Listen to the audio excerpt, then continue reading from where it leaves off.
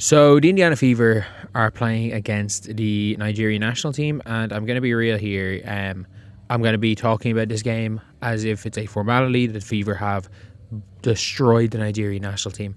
If Nigeria come back and win this game, I promise you I will delete this YouTube channel. But at the same time, we got to talk a little bit about the game, about little things that I've noticed, players that I'm impressed with, players that I'm not impressed with. It is. I do hope that I don't have to get rid of this video because of weird background music from my cousin's wedding. I've found a spot that's a little bit quieter, a little bit off the beaten track to this Wi-Fi. I'm in the same spot as I was in yesterday, recording this in a Flage video, and then I'm going back into the wedding. Yeah, it's a weird day, but unfortunately, the job does not choose itself. So, the Indiana Fever, I thought Mo Billings hitting a 3 was impressive. I liked seeing that. I liked seeing her pull that. But I'm going to be real here. I feel like it's not a crazy statement to make. This is not a crazy statement to make. The most important player on the Indiana Fever by a absolute mile. And I mean it. And by an absolute mile is Aaliyah Boston. Like, it's not even close. Like, I think their best player is Caitlin Clark. Their best scorer is Kelsey Mitchell. The best player on the Indiana Fever by a country mile. So the most important player on this team is Aaliyah Boston. If this team is going to go to the finals, it's not because of organizational competency. It is because they looked into getting back-to-back number 1 overall picks in years where it really mattered. It's like the Aces. Like, the Las Vegas Aces are not a good organization. What they did was they got lucky enough to draft back-to-back number 1 overall picks, and then they pumped in money early. And you can see now with the way they're scouting and everything the Aces are not a well-run organization.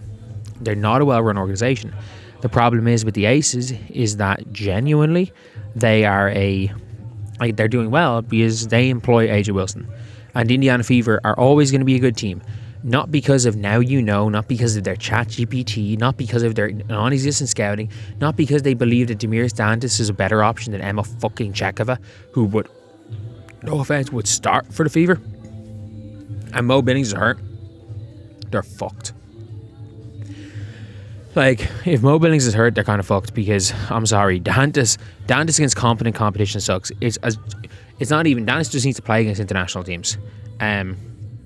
Raven Johnson, again, what we're not going to do here is say one bad word about Raven Johnson. Like, I will. As someone who loves his role players, on this channel, I believe Phoebus is a top 15 player in the league. As someone who loves their role players, Raven Johnson, I will fight. Like, I will go to war to defend Raven Johnson as long as she's a member of this Fever team. Aaliyah Boston, fucking super player. Absolutely super. Kelsey Mitchell just scores. And Sophie Cunningham, I'm glad she came. I really liked the 3 she shot in transition. I thought Caitlin looked really good again. 12 points on 4 shots. I think is impressive. It is impressive. Like, again, got to the line 4 times, hit her free throws, 4 assists to 1 turnover, plus 32. Like, one player I'm actually really impressed with, KK Timson. This is from somebody who was extremely low on KK. I was extremely low on KK Timson coming into this season because I thought KK Timson was horrendous in Prague. And it's the reason why I was so angry at the Fever didn't get Chekova. I'm somebody who watched KK Timson play for Prague. I watched 1 game in the Czech League, and I literally said, I'm like, this is barely basketball. I don't care how she does in Czech League. I watched every single EuroLeague game she played, and I even watched the ones where she got 0 minutes.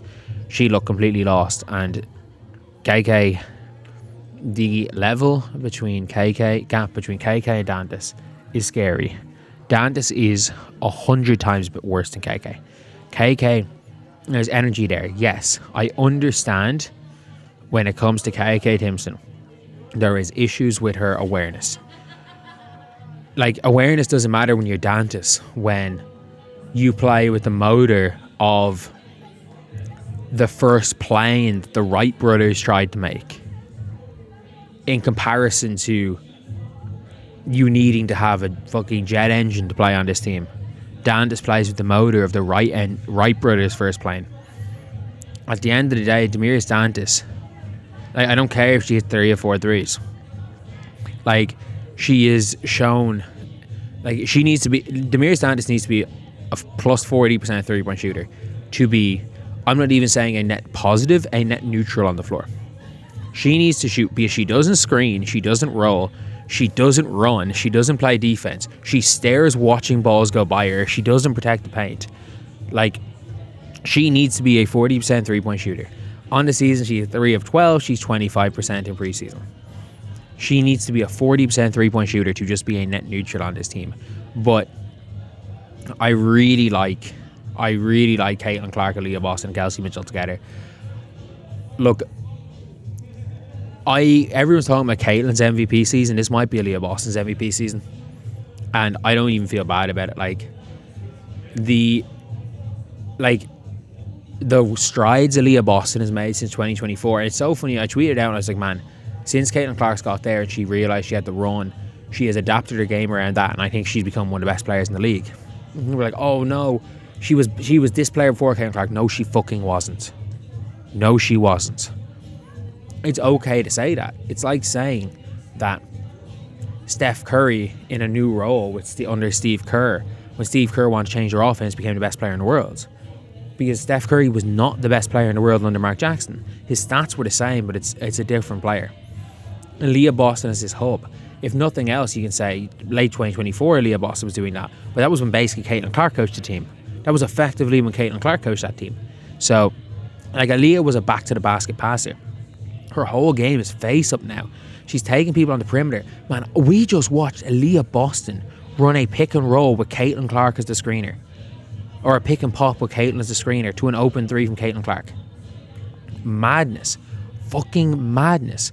Like, I mean this. I'm so happy. I'm so happy. And by the way, I'm just asterisking it here. Alicia Gray is not a Dawn Staley produced player. Dawn Staley had her for a year.